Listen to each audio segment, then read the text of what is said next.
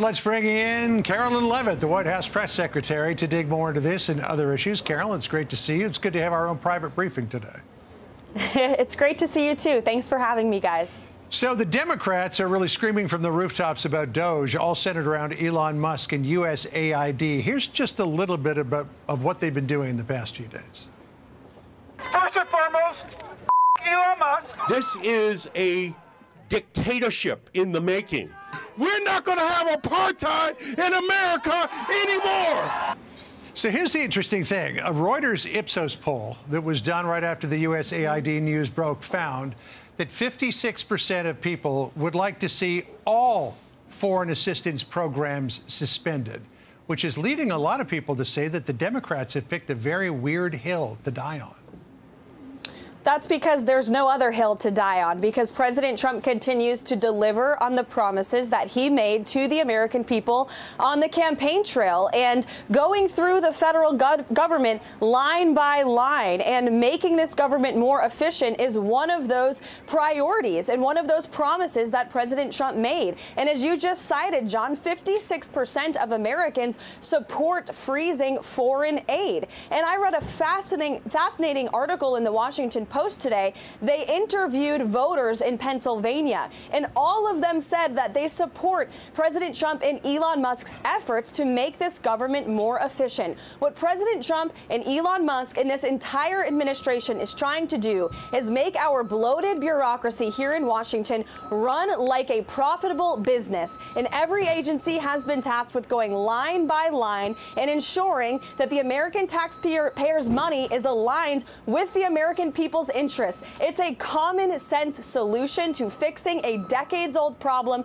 of bloated bureaucracy, waste, fraud, and abuse. And the vast majority of Americans support it. So the Democrats can hoot and holler all they want. This White House will stay committed to delivering on President Trump's priorities and being good stewards of the hardworking American people's tax dollars. All right, Caroline, again, great to have you on the program. Sandra here. So as far as President Trump's federal buyout offer, we know that expires at midnight tonight.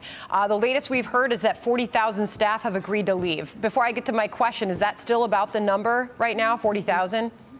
Yes. Last I checked with the Office of Personnel Management, it was more than 40,000 and counting. And I would add that we encourage federal workers who don't feel like showing up to the office to accept this buyout program. It's a very generous offer from President Trump and this administration. I wonder if that's about the number where the president thought he would be right now, or perhaps that might be bigger. Reportedly, and we'll ask you to confirm if this is the case, President Trump is planning mass layoffs if there are not more who agree to those buyouts. Is that the case? I haven't heard the president discuss that directly, so I can't confirm that. But like I said, we do know that more than 40,000 and counting federal workers have agreed to this buyout program, and they are looking forward, I guess, to having their 8-month paid vacation. The president made a commitment that he was going to encourage the federal workforce to return to the office. We know only 6% of federal workers are working in the office right now. That's unacceptable, and that's why the buyout program was offered. I want to ask about the president's announcement on Gaza the other day, which seemed to take staff members by surprise. It's something that he had talked about, but they didn't know he was going to make an announcement. A few people I've talked to who worked there at the White House, when they heard that, they said, wait, what? I mean, it's an idea. Some people think that he's laying down the gauntlet to our allies to say, well, if you don't like this idea, have you got a better idea? But the question I have is, he went through the campaign saying that he wanted to get the United States out of its involvement in foreign entanglements. This would seem to be exactly the opposite of that. I don't think so, John. The president has made it clear that he will not be sending boots on the ground at Gaza. He is not committed to that. He also has made it clear that American taxpayers will not be funding this effort. The president is trying to strike a deal to ensure that Gaza can actually be a habitable place for human beings who want to live in peace with real economic development. And President Trump is an outside-of-the-box thinker. That's, again, why the American people elected him, because he has a different perspective to the foreign foreign policy challenges that have been plaguing our world for many, many years. And so this is a great idea, and our partners in the region have begun to discuss it with this administration. We have the King of Bahrain coming to the White House next week, and the president has spoken to many of our partners and allies in the Middle East about this opportunity in Gaza. Okay, in lines of all the spending cuts, there's a lot of concern, and Democrats are penning letters to the president trying to get clarity on where he stands with the Department of Education. Is he planning to completely dismantle this? What right now is his thinking on that? Sure. Well, first, let me say the president is wholeheartedly committed to spending cuts and, of course, making the government more efficient. That's part of what DOGE is already hitting the ground running to do. When it comes to the Department of Education, the president and his policy team continue to look at options and how to reduce the size of the Department of Education, if not abolish it completely. You heard the president say, half jokingly but also serious, he wants Linda McMahon, who will lead that agency, to put herself out of a job because he wants to return the power over our education system back to the states. In fact, I actually have a statistic in front of me. 70% of 8th graders are at a below proficient level in math and reading. 70%. And that's despite spending hundreds of billions of dollars on education every single year. The current system located in Washington, D.C. is not working, and the president is committed to ensuring that states and parents have a greater say in our children's education system.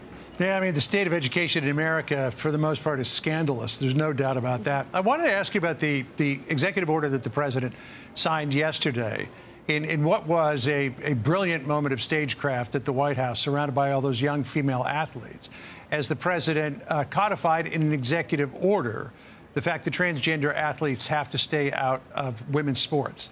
But in order to really codify that, that's going to take an act of Congress. Is the president moving down that direction?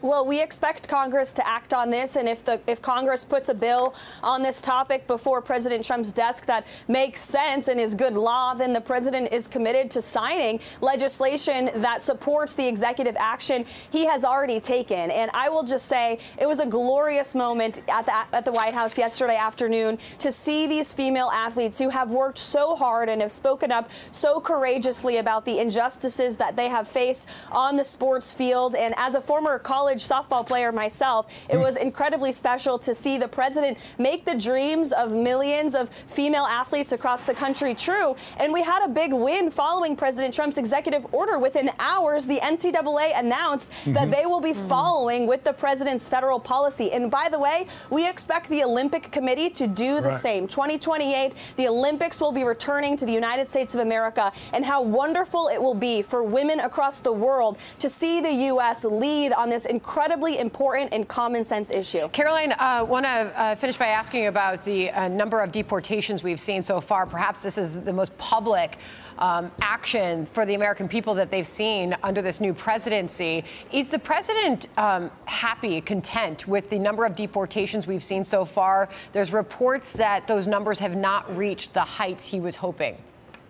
No, the president is very pleased with the efforts by his team. Tom Homan, Stephen Miller, Secretary Kristi Noem, who has been traversing the country, talking with Border Patrol agents and ICE agents who are been tasked with this very important responsibility, the largest mass deportation operation in history. But as I've said before, we will not get complacent. And the president has made this very bold promise to the American people, and he expects everybody across DHS and here at the White House to continue to work hard every day to deport illegal criminals from American communities. And yesterday, I know that Mr. Homan was in Colorado. They deported more than 100 Tren de Aragua members. That's a huge win for the American people, for law-abiding citizens of this country who have been put last because of the previous administration's immigration policies and are being put first again because of the Trump administration's immigration policies.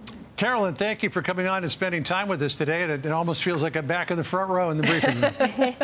You should come join us, John, anytime. Well, I appreciated our times that we spent together chatting in the lower press office some years ago. All right. Caroline, thank you so much. Come back soon. Thanks, guys.